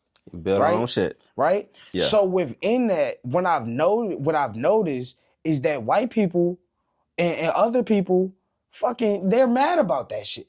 Well, if y'all want to, I dropped the tape when Carmelo Anthony got Are you talking about that comment about that dude? Yo, you seen what he said? I saw the comment. Yo, you seen what he said? Talking about something. I saw it. You should do something other than yelling at your phone. Bro, when I'm talking to when I'm addressing my people, bro, get the fuck on, bro. There's nothing for you to say here, bro. Cause more likely he ain't gonna do shit about it. First of all, and he's not like, okay, if you have a problem, what you gonna do about your shit? You gonna respond the same fucking way? Mind your business. Mind your fucking business, bro. I'm not talking to you. And then I saw you made a video, or no, you want a story? You made a video. About me being in my community every day because I really the fuck am. Like that's real shit. Like I've been since I graduated high school. I've been in community work. You know what I'm saying? The day I graduated high school. The day I got my diploma, you know what I'm saying, before the official graduation, because I graduated during COVID, so everything was weird as hell. You know what I'm saying? But Facts. For me to graduate during COVID, the day I got my diploma and I took my pictures is the exact same day I went out and started protesting. Exact same day. You know what I'm saying? And since then, I have learned so much about the activism world. I have learned so much about, because I am directly involved in the youth justice world too. So youth justice and youth incarceration, I'm a very big advocate of youth justice. You know what I'm saying? And holistic healing methods through youth justice. So within that, I've kind of stepped back into this year. I've always been submerged within the Black community, but more so focusing on the Black community and our community building. Because in 2020, I will tell you, these motherfuckers was marching up and down Broad Street, okay? I got my organization to bring protests to the hoods. You know what I'm saying? I got my organization to lead a protest in Hillside. I got my organization to lead protesting. I think we did one in Hillside, Jackson Ward, and Fairfield. You know what I'm saying? Like those was the ideas that I brought to the table because that's where the impact needed to be. No, the hood needs to see this. We marching up and down West Broad Street every day. Why are we not in the hood showing them, giving out the resources to them? You know what I'm saying? So for me, I didn't even realize that how important at that time community engagement was, but I was doing it. You know what I'm saying? Like engaging with the community. So I always kind of come to the table of trying to understand people. I don't feel like being ghetto and being hood is, so to speak, a bad thing. You know what I'm saying? To me, there's a certain professionalism in it. You just have to find it. You know what I'm saying? And that's the thing about it, is that these are things that make up our culture. Having gold chains, gold teeth, you know what I'm saying, earrings, diamond ring, all that. I'm not opposed to that type of stuff because I don't hold it as a materialistic view either. Because I feel like there should be some type of value. I don't have it on today, but when we were at the Digital Impact conference, I had on this rosary chain. If you see, it doesn't have a cross on it. It has a B at the bottom of it. And that's for my brother that passed away because his nickname was Bumblebee. You know what I'm saying? So there's intention behind it. I'm representing something when I put that on. I can respect that. I actually seen, I had a friend at a while back when I used to live in Atlanta. And he wanted to be called like a spiritual hippie. And he was telling me about, like, you know, he showed me, I forgot the name of the website, but like these golden medallions that cost hella money. Like it's like $1,200-$1,300. But but in McDonald's, but it protect like frequencies and stuff. Like different types of like 5G frequencies, stuff like that. One supposed to bring good energy, like those type of things, right? So like he was definitely a person who was very intentional on the things either he puts on his body, right, more than anything. And that is our culture that we have to learn. The same way I talked about, learning who your dad is and learning about characteristics of yourself through your parents. It's the same thing about learning our identity over time and who we have always been. So they put these new words on it and call what we do ghetto. They call what we do unprofessional. They call what we do, ignorant. But so to speak, it's not. You know what I'm saying? Like, and not to justify everything that goes on, because professionalism for me is really big, like, and for black people. You know what I'm saying? We need to be professional. But for me, if you gonna sell weed, bro. But when somebody hits you up and asks for something, you shouldn't be taking 3 hours to come bring it to them. You know what I'm saying? Treat it as a business. Take it seriously. True. If that's what you're gonna do, take it seriously. And that's my thing about it, is that, like, it's not about what you do, it's about how you do it, right? Right. You know what I'm saying? So how are you doing it, bro? What are you doing? Why are we sitting here selling drugs to each other when you can, like, I was literally listening to a song, I think yesterday, and by Fat Mac, and he was like, I could be a doctor, I know everything about every pill. Why the hell you ain't a doctor? You know what I'm saying? Or at least be a leader in your community that can help out for health. And teaching people, like, yo, like, you got this issue, all right, you need to take this, you know what I'm saying? Or you need to take that. And if you can learn everything about every pill, then you can learn everything about the natural remedies, you know what I'm saying? Absolutely. And become a holistic doctor. And then you can make, and bro, not only you can make brain, but you create so much trust within people, they'll come knocking at your door. But those are the things that, those are the narratives that I don't think us as black people even see, because I resonate, if anything, I've lived in Northern Virginia, Woodbridge area, and I've lived in Richmond. You feel what I'm saying? Those are two completely different environments, because the things in Northern Virginia that were not accepted were accepted in Richmond. You know what I'm saying? Like, there are certain stuff that was accepted here that was not accepted there. I resonate with the people of Richmond before I resonate with some uppity people. I ain't gonna lie to you. You know what I'm saying? Like, in my opinion, Northern Virginia is very uppity. And it's right because it's up under D.C. You feel what I'm saying? So the mentality of the people up there, they look at a lot of stuff like, oh, that's ghetto, that's ignorant. Why do they act like that? I would say when I was in Atlanta for almost 6 months, this was back in 2021 when I was, I would say Atlanta really, from my experience, it was like one of the best damn times of my life, because what made a big culture difference was here in Richmond, because, like I said, capitalistic society, especially as well here in Virginia as the state capital, it was like people thought about work, right? There wasn't really much entrepreneurship, at least during that time for me. Once again, it took me about, I didn't really start looking in depth for like entrepreneurship until I realized, like, oh, I actually got to be out and moving to actually see there is people out here in Richmond. But in Atlanta, like, I was just walking downtown, right? Just walking downtown, mind my business. And I see a little girl like rapping and stuff with a jukebox with her parents behind her.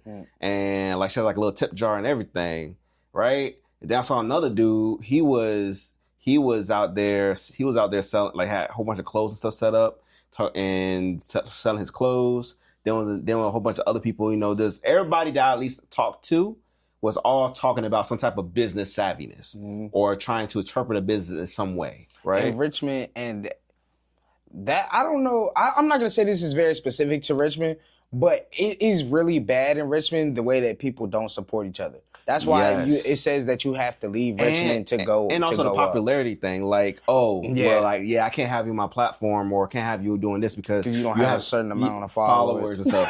Mind y'all, I want y'all to know something. Hold on, I gotta go ahead real quick. I just want y'all to know something, okay? It does not matter how many followers you have, because there's people who have 1.5 million, 2 million followers, and they're not making a single fucking dime. But there's people I know personally who has 7,000 followers or making 6 figures a month. Because what matters is you are niching down to your audience and who you need to talk to. But those are the people you trust, and those people trust you. I'd rather take 600 people that trust me than take 1 million people that follow me. Facts. Because facts. At least I know that 600 people are going to be rocking with me to the day I die, and they know they'll be willing to buy what I have to offer. Facts. Not everybody. I want everybody to know this because it's like ridiculous as hell how some people feel like, oh, because you don't have a certain amount of followers or doing this and this, we can't have you. Like, no, like for me, I'm not gonna be that uppity person. I don't care when I do get to 6 million or whatever followers, I'm still not going to be that. One of the people I do respect more than anything is LaRussell. Because LaRussell goes to backyards and perform. Okay. Right? And he done things where it didn't require like a huge, popularity thing. Yeah. That's the genuineness. Yeah. You know what I'm saying? Very humanitarian. Yeah. Like he really resonated with people instead of just doing really big ass venues all the time. That's real. And sometimes that's what it takes. That's what it helps. That helps you stay grounded in your purpose too. You know what I'm saying? When you're not just doing things for how many people you can get. Because it's like when you're doing things, that's the money. That's all money. Yeah. The more people you looking for this X amount of followers, this, that, and the third, like, yo, that's all a money grab, bro. And he was very transparent. So he even showed, hey, people who, who he went to did one of the backyard events for, he did not what he did. He said that they sold people RSVP, 600 people RSVP'd or whatever the case, but only 100 or 200 or whatever showed up, and he showed the money they made up. Then hey, listen, also we're not charging a certain ticket price. They pay whatever they want. I think he said the highest payment they got was $200, while the lowest was $20, right? And so he was very, transparent about just how many people came, but also out of those people who supported. So it's not, so at the end of the day, it doesn't matter your status. What matters is what value can you bring? Because a person who's struggling, or at least they're working their way up, at least probably could have way more value than somebody who's already at the very top. And that's why for me, I'll resonate with people who are quote unquote ghetto, with people that are quote unquote from the streets, before I resonate and go stand with some people that's uppity as hell. Because in my mind, y'all is trying to reform to how white people is. And that's not where I'm trying to get to at the end of the day. And there's some reformed black people who try to be with the whites. That's what I'm saying. They're trying to, you're trying to achieve whiteness, so to speak. Yeah. I'm not trying to you'll never be white, because at the end of the day, they're still gonna look at you as a black person. Yeah, you're a nigger. You're a nigger. So it doesn't matter. I'm sorry. It doesn't matter how combed back your hair is, how much proper you talk. It doesn't matter, because they're still gonna look at you like that. Having locks, that's not unprofessional. You feel what I'm saying? But in certain workplaces, they'll look at it as being unprofessional because it's not done, and it's not this, it's not that. And it's like, yo, who are you to say that's my professionalism? You know what I'm saying? Appearance is everything, but the image in which we have now is a white man's image. Collar shirts and shit like that. I'm sorry, but my ancestors weren't wearing no damn powdered wigs. They weren't wearing powdered wigs and robes and fucking... And I ain't gonna say they weren't wearing robes, because we had, you know what I'm saying? We had garments. We had garments. We rocked our shit, though. Yeah. We rocked our shit. But you know what I'm saying? We weren't sitting up there wearing no damn powder wigs and makeups as men arguing in the room. That was the first original baddies, came from Europe. You know what I'm saying? A bunch of men in powder wigs with goddamn mimosas and shit arguing for hours on end while they running up the tab on somebody else's dime. That's what bad bitches do. You feel what I'm saying? So it's like tendencies. It's like, yo, just saying. That's not my culture. You know what I'm saying? The Zulus was running across Africa. You know what I'm saying? With shields and shit. They was running across Africa. I ain't got no car. Active. Yeah, you know what I'm saying? I ain't got no car. I don't need no car. You know what I'm saying? You talk about providing for your family. How much motivation would it take for one of these modern day men to wake up early in the morning, run their ass 50 miles to go catch an animal, drag that animal back home to let their wife clean the animal so that they can feed the whole family. How many men nowadays is gonna have the motivation to do that? Little to none. Bro. Probably 5 if you count on the hand. But that's about it. These men ain't even trying to go to McDonald's, bro. They ain't even trying to go to McDonald's for their kids, imagine bro. them trying to go hunt a lion or a zebra or a gazelle. Bro, who like, let me catch this bitch. Man. So it's like when you really look at things like that, I'm not making excuses for these new age men. You know what I'm saying? When I understanding that men back then was doing stuff like that, that was the real care that they had for their family. I'm not excusing the behavior of these new age men, bro. You feel what I'm saying? Like there's no justifying not raising your kids, not being in your kids' lives. You know what I'm saying? If it's the mother, that's on you, bro. You gotta take accountability for the woman that you laid with and made a baby with without knowing her. You knew that she had these tendencies already, but you decided to ignore them. That, or you weren't paying attention to her characteristics. Because now everybody want to say, oh, well, she got pregnant and she started acting different. And then you go and talk to a woman and she'll tell you as soon as she got pregnant, he started acting different. You feel what I'm saying? So it's like the conversations that go into this stuff, like, how do we get to this point? Did y'all really know each other before y'all had this kid? Or is it just the simple fact of y'all was lusting over each other? Come on now. And y'all just y'all just kept going and going, and then boop, here come a baby. And now it's like, I'm gonna keep it. You know what I'm saying? I'm gonna just keep it. I honestly, I ain't gonna lie. I'm not gonna say I don't understand why people keep these kids that come from situations of that nature. But if you know the outcome, you know that you can't raise a kid with this person. You know what I'm saying? Like, why are you okay with creating that broken household off rip? You know what I'm saying? Like, y'all ain't even get to the baby being born yet, and the household is already broken, bro. Because they believe they can change that person. And here's the thing, a person is not meant to change the other person. That person should already come to you the right way, the way you need them to be. Right? And then, not everybody's not perfect, but hey, if any little issues or whatever the case may be, then y'all go get therapy. Consult that. Try to figure out the problem so you can fix that issue, right? I mean, I also feel like a lot of people feel like the kid is a solution.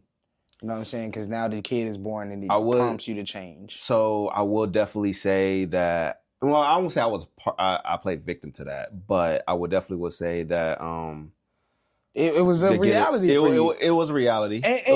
That's a change. That is a change in your lifestyle. You know what I'm saying? You have another human being dependent upon you now. So of course that is going to change you. If that doesn't change you, that is a problem. When my daughter was born and she looked me in my eyes, I teared up. Right. Like I couldn't. Right. Like right then and there, everything in my body has told me you got to do everything you absolutely can for her, because nobody else is going to treat her the way you treat her and the way you want to love her. Right.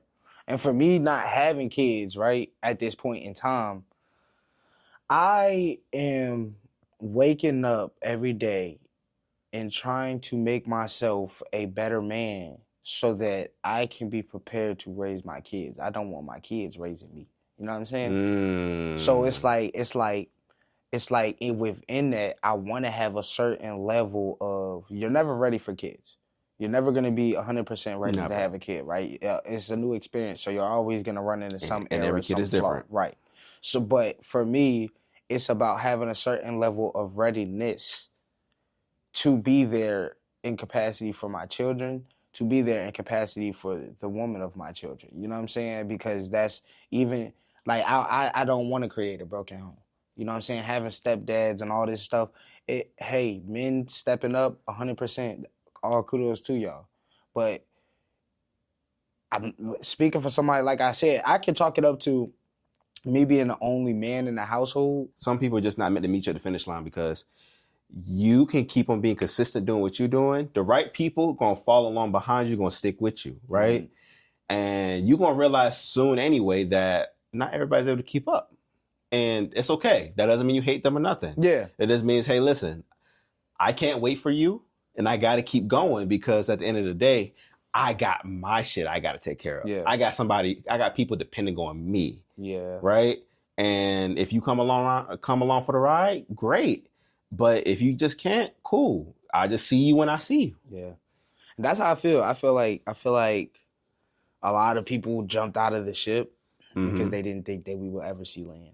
You know what I'm saying? Like it's a journey, it's a voyage. You know what I'm saying? There's things that happen. There are choppy waters. There are sharks infested in the waters. You know what I'm saying? There are a lot of things that can happen along the journey, right? But Absolutely. it's a journey, bro. And as long as you build a sturdy boat, you'll be able to weather the storm. So for me, it's all about building a sturdy boat, and I believe that my boat is very sturdy, you know. But certain people that were in the boat rowing with me, they heard the creaks, you know what I'm saying, through the wind. It was like, I gotta get the hell out of this boat. And that's unfortunately, you know, for you to turn around and you thinking that you got a team with you, and it turned out to just be you. It's something that weighs heavy, but I'm not mad at anyone, you know? Like I can't hold anytime I post videos and they're in the videos, I tag them. You know what I'm saying? Like cuz I'm not the type of person that is trying to steal the spotlight. The spotlight is all here for me. This is important, you know what I'm saying? Agreed. So with that being said that this is important, I mean, I'm gonna always uplift black people. You know what I'm saying? So that's what I highlight. Because if anybody was to ask and look at the videos, like, well, why you don't be with them people no more? Me and them had differences. You know what I'm saying? We went two different paths. But I'm still gonna post this video. Shit, he was in it. You know what I'm saying? I'm gonna tag him in it.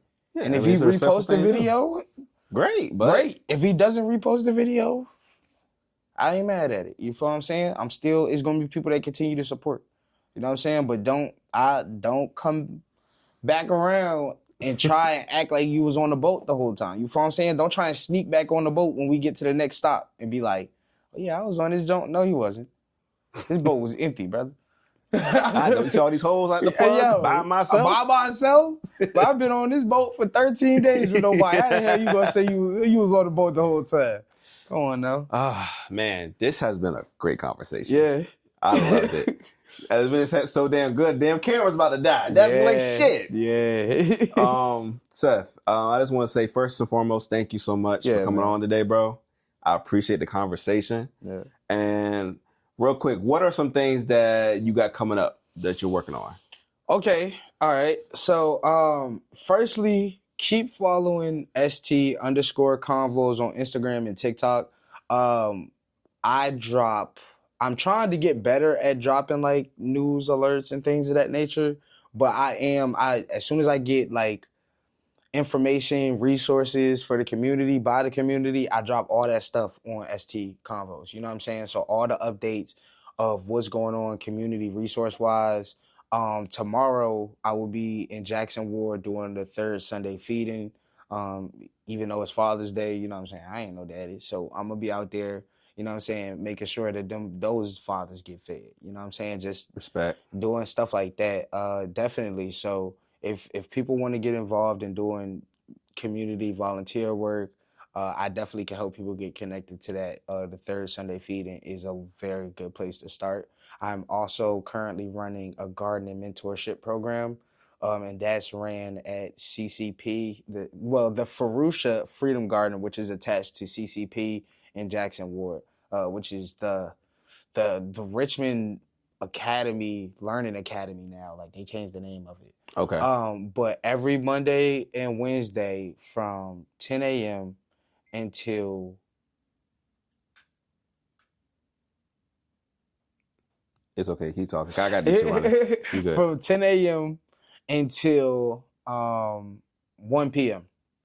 We're gonna be out there teaching the kids how to garden, entrepreneurship, because I want to give all the kids an individual plant, help them tend to the plant, and then once it's ready to harvest, they can make their money off the plant if they want to sell it. You know what I'm saying? So we're gonna set up like a little. Well, there is a Black Farmers Market going on right now, and I wish we had this ready in time for the Black Farmers Market so we can have the kids selling at the Black Farmers Market. But I may just create them their own little individual Black Farmers Market. You ever been to the one in Dory Park?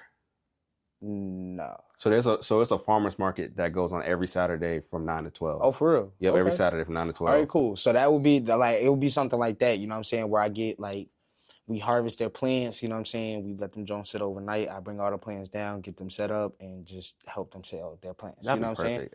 But Oh, that'd be dope. so yeah, so that's one entrepreneurship that I'm currently running. I started that last week. It's gonna run through the summer. I'm doing ages 5 until about 16. Okay. If they are outside of those ages, I'm not opposed to them being a part of it. I just have different roles that I'll probably get them to play.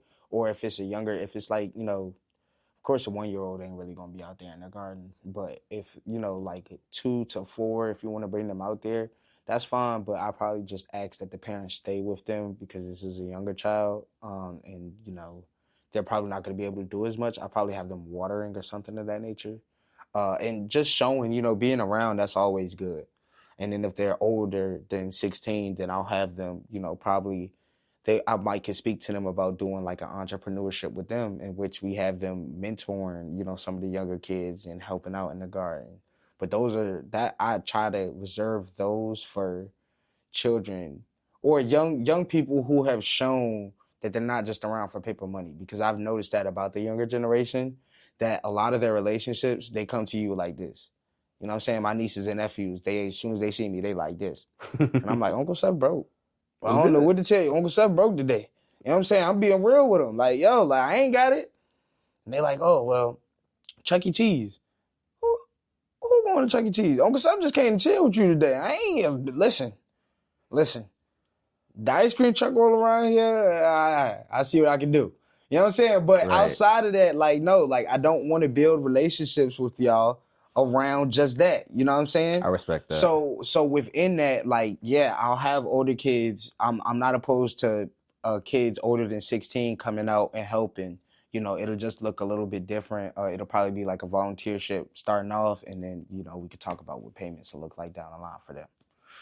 Lastly, I am partnering with the Richmond Scene newspaper. And the Richmond Scene, we are about to bring back the Newspaper Boys. So that is another program. Newspaper Boys coming back. Yeah.